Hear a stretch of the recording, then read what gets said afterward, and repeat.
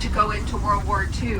When he returned from Europe, he had made his decision to commit his whole life to carving the monument.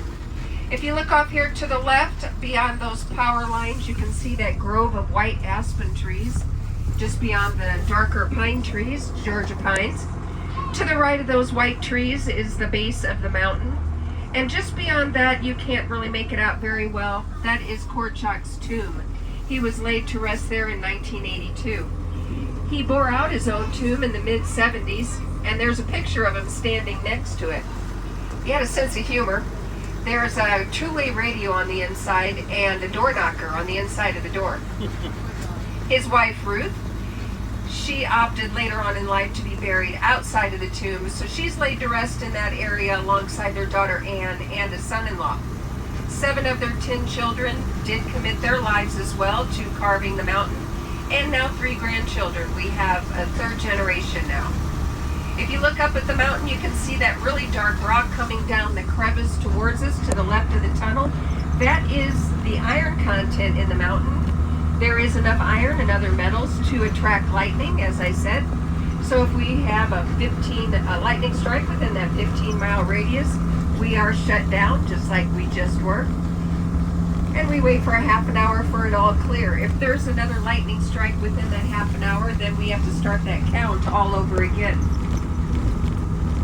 The mountain carvers will tell you that they will log more hours during the winter months than they do during this time of year because of the lightning strikes.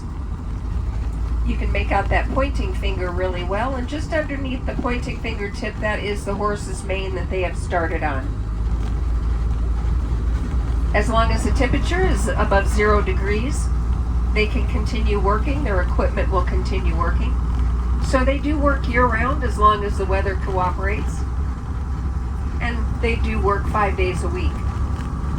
We have a team of about 10 to 18 mountain carvers currently, depending on the time of year. Over here to the left is a rock quarry. Korchak's son Mark, he still uses that rock quarry to provide the crushed rock to maintain the roads here, for everybody to take a piece of the mountain home with you, and for foundational building. Right now he is laying a foundation for a new building up at the top.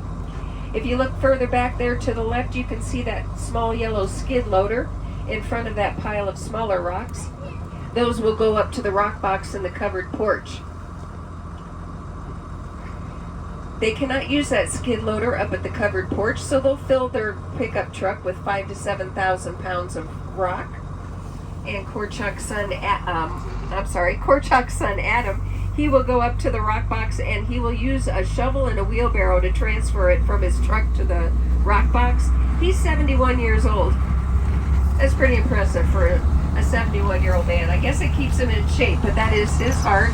So make sure you grab a rock from the rock box and take it home with you. If you watch the video, you'll know we have not had any fatalities on the mountain in the 75 years of carving it. We did have a near miss though. Korchak's son Kashmir, he was on top of a bulldozer when it went over the side of the mountain. He said that as it went over the side, he bailed off the bulldozer, and he said he landed on the only soft spot in the mountain. But Korchak, his father, was down below watching the whole thing unfold. He thought for sure Kashmir was dead. That bulldozer will be over here on your right-hand side. Korchak said that bulldozer tumbled over his head, and he said it landed on its tracks and it was still running. When he saw that Kashmir was just fine, he went straight from dad mode to foreman mode. He said, "You got it down here, you get it back up." Over here to the right is the only road that goes up to the top of the monument.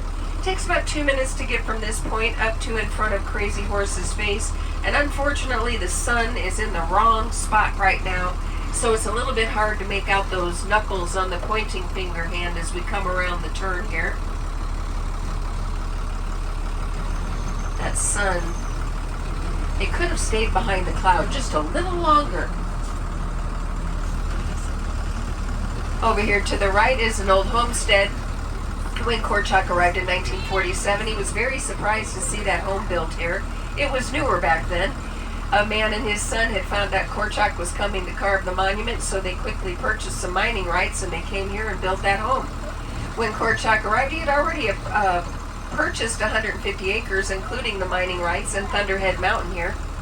So in order for him to proceed on the mountain carving, he told the man, I'll have to make you a deal. You can stay in that home for as long as you like, but I do have to purchase the mining rights from you so I can proceed on the mountain carving. It was a cordial deal. They did end up drilling some wells for him, and the son worked in the Welcome Center later on in life when they did finally have a Welcome Center. We're going to pull up here to the viewing area and get off the bus for a little bit. I just ask that you stay within the orange cones and that yellow line that outlines the viewing area. We do still have other trucks and buses coming up and down the road, so please stay out of the road. Just give me a second to put that yellow step into place before you get off the bus.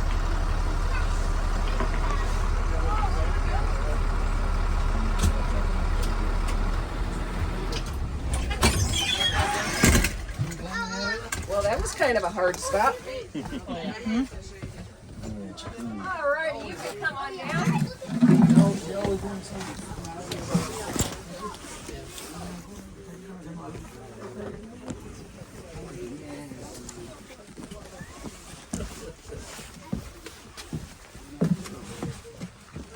If you'd like me to take the picture with Crazy Horse in the background, I'd be happy to do so.